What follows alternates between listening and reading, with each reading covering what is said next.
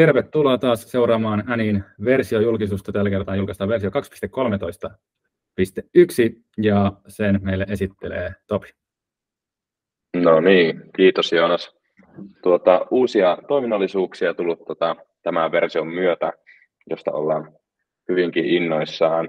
Isoimpana juttuna on tullut tämmöinen uusi testitoiminta kyselyille. Sitten on lisäksi tullut tämmöinen virhehavaitsin viestieditoriin, virheviestien autogenerointi, sitten tuotu lisää opiskelijan metatietoja noihin kyselyn tuloksien raportteihin. Kampanjatietoa on levitelty taas lisää ja nyt se on tuotu myös tuonne ryhmänäkymän puolelle ja sitten tullut lisäksi erilaisia parannuksia ja bugikorjauksia. Ensimmäisenä, jos mennään tuonne kyselyiden testaustoiminnallisuuteen, niin nyt on mahdollista testata kysely ennen lähetystä. Eli ei tarvitse enää erikseen luoda tämmöistä testikyselyä ja kopioida se sitten ja muuta, vaan voi suoraan siitä, kun on saanut sen kyselyn testattavan muotoon valmiiksi, niin lähettää testin. Ja se tapahtuu painamalla sieltä yläreunasta lähetä testipainiketta, josta avautuu tämmöinen ikkuna, jossa on sitten pyydetään täyttämään tietoja. Eli on mahdollista lähettää useampaan tai yhteen puhelinnumeroon testi, eli toi kysely, minkä on juuri luonut. Ja se tapahtuu siten, että alkaa kirjoittaa sitten vaan tuo puhelinnumero maakoodeineen tuonne kenttään.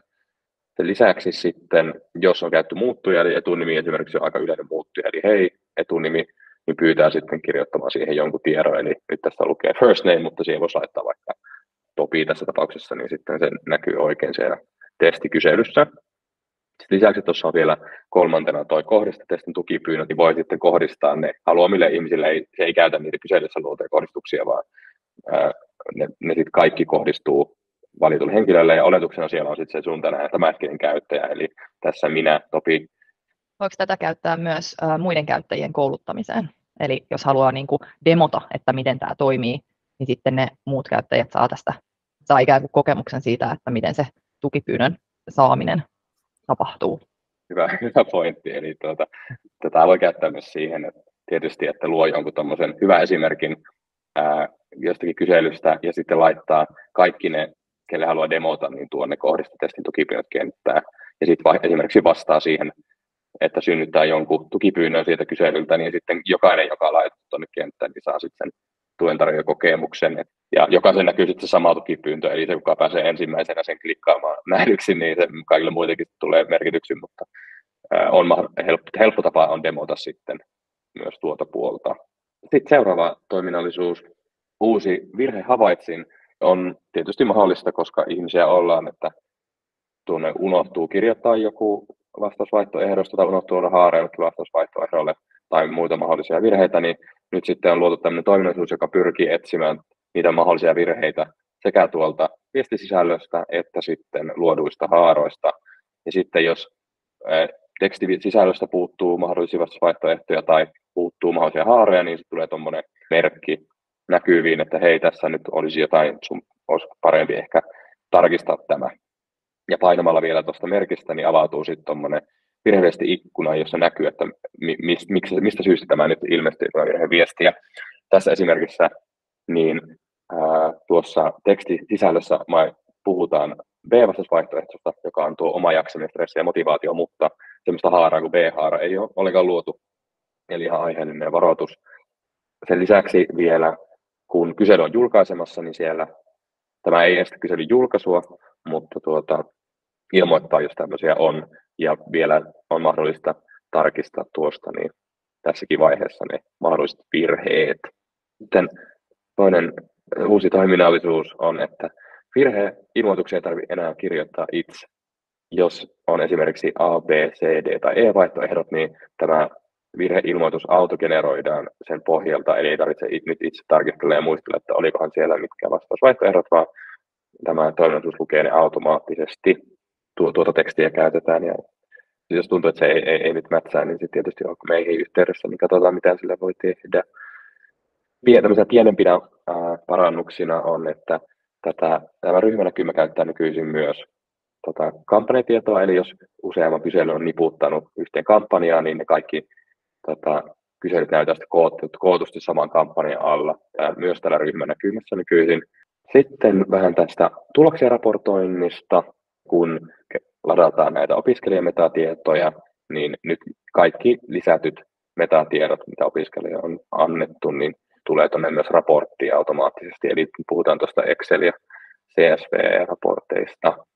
On kootusti nyt näitä useampia pieniä parannuksia ja bugikorjauksia, eli aiemmin roolitieto tallentui hämäävästi teknisenä terminä, ja nyt se tallentuu sitten oppilaitoksen kielellä. Opiskelijatietojen taulukon alasvetovalikossa, niin mahdolliset valinnat tulee tuohtasjärjestykseen. Sitten korjattu sellainen bugi, jossa esimerkiksi adminin tuossa viestipolkueditorissa, niin avausviestisisältö korvaantui väärillä tekeillä, kun tietyt ehdot täyttyy, niin se on nyt korjattu. Pieniä korjauksia ja parannuksia on tänne tullut lisäksi. Se linkki, siis se viittaussysteemi, niin huomasin, että se katsoo molempiin suuntiin, eli siinä on se on useammassa ikään kuin kerroksessa osaa katsoa ja tulkita niitä. Tarkistaa jokaisen viestin. Tosi hieno. Avausviestiä vaan. Näiden lisäksi haluaisin mainita tämmöistä, mitä tässä versiokehityksen ulkoa tapahtuu, eli ollaan nyt perustamassa tämmöistä ANIin Student Advisor-ryhmää, ja halutaan siis rekrytoida opiskelijaneuvoantajia käytännössä meidän tuotekehitykselle, eli semmoista opiskelijat, joita mahdollisesti kiinnostaisi tämmöinen tai opiskelijatuki tai vaikuttaminen tai uudet teknologiat ylipäätänsä, niin haluaisimme tarjota kaikille heille mahdollisuuden liittyä tähän, eli tavoitteena tietysti meillä on suunnitella kaikki tuotteemme ja palvelumme mahdollisimman opiskelijalähtöisesti, ja paras tapa siihen kun opiskelijoita, niin olisi hienoa, jos olisi tämmöinen nopea väylä suoraan opiskelijoiden palautteeseen ja muuhun. Jos tämä vaikuttaa kiinnostavalta teidän mielestä, niin ehdottomasti jakoa vaan, ja tuossa on toi linkki, siellä on sitten ilmoittautumisomake, jossa selitetään vielä tarkemmin, mistä tässä on kyse, ja voi itsekin tietysti sen lukasta, jos tämä vaikuttaa kiinnostavalta, ja myös minunkin voi olla yhteydessä tai kehen tahansa ANIilta, jos haluaa tästä kysyä lisää, että mistä on kyse. Mutta kiitos. Tästä nyt loputtui tämmöinen loppuvitsi, mutta ei siinä sen enempää. Kiitos Topi. Päätetään lähetys tähän. Jos tykkäsit sisällöstä, tilaa meidän kanava tuosta alta. Tosiaan tämä tulee YouTubeen, eli sieltä pysyt parhaiten kärryillä, mitä ääni YouTubesta tapahtuu tilaamalla meidän kanavalla. Kyllä. Yes. Morjens.